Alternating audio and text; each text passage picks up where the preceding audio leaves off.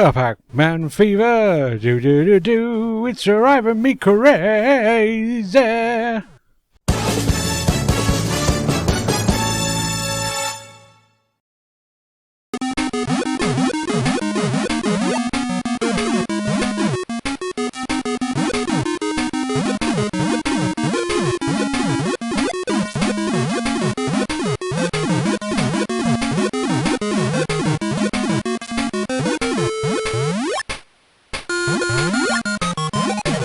Pac-Mania is a 1987 sequel to the seminal 1980 maze chase game Pac-Man, developed by Namco and once again directed by Pac-Man designer Toru Iwatani.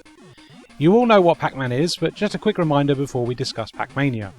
The original Pac-Man puts you in control of a little yellow guy who has to move around a maze and eat all the dots while avoiding ghosts, who will make you lose a life if you touch them. You have one offensive manoeuvre in the form of the power pellets that, when collected, allow Pac-Man to eat the ghosts for a limited amount of time that gets shorter from stage to stage.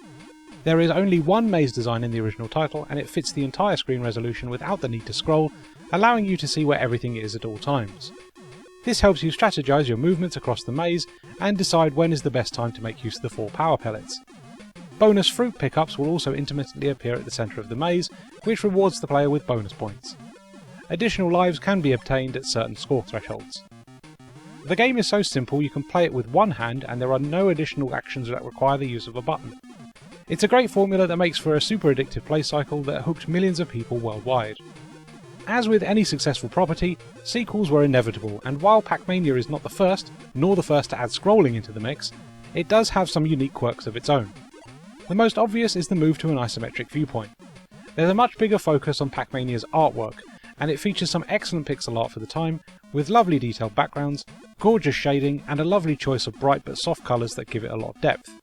Speaking of depth, Pac-Man can now jump, which can be used to jump over ghosts when power pellets are not available. This threatens to make the game very easy, but the sheer number of ghosts has been substantially increased, and as the game goes on, certain ghosts also learn to jump, which means your own ability to jump starts to get negated. The increase in resolution and more detailed artwork does mean that the mazes now become so large that Pac-Mania requires scrolling, and as a result it's a less tactical game than the original. I imagine the jump was added as a way to balance the difficulty of not being able to see fast-moving enemies coming towards you. As a result, Pac-Mania comes across as very style over substance, a game with gorgeous artwork that just doesn't have a lot of new ideas that really push the franchise forward. So what happens when you take that game and stick it on the Master System? Well, you get a much worse looking game with less colour, absolutely decimating the big selling point of Pac-Mania. So now you're stuck with an ugly game that isn't as fun to play as the original Pac-Man, as it has to scroll around these huge mazes that obscure the enemies that are now in much larger groups. But I guess you can jump now! Honestly, the whole experience is a little underwhelming. Pac-Mania is not a bad game, and the core maze chase elements of the original Pac-Man are still here and still enjoyable, but you can't help but feel like you're playing an inferior version of a better game.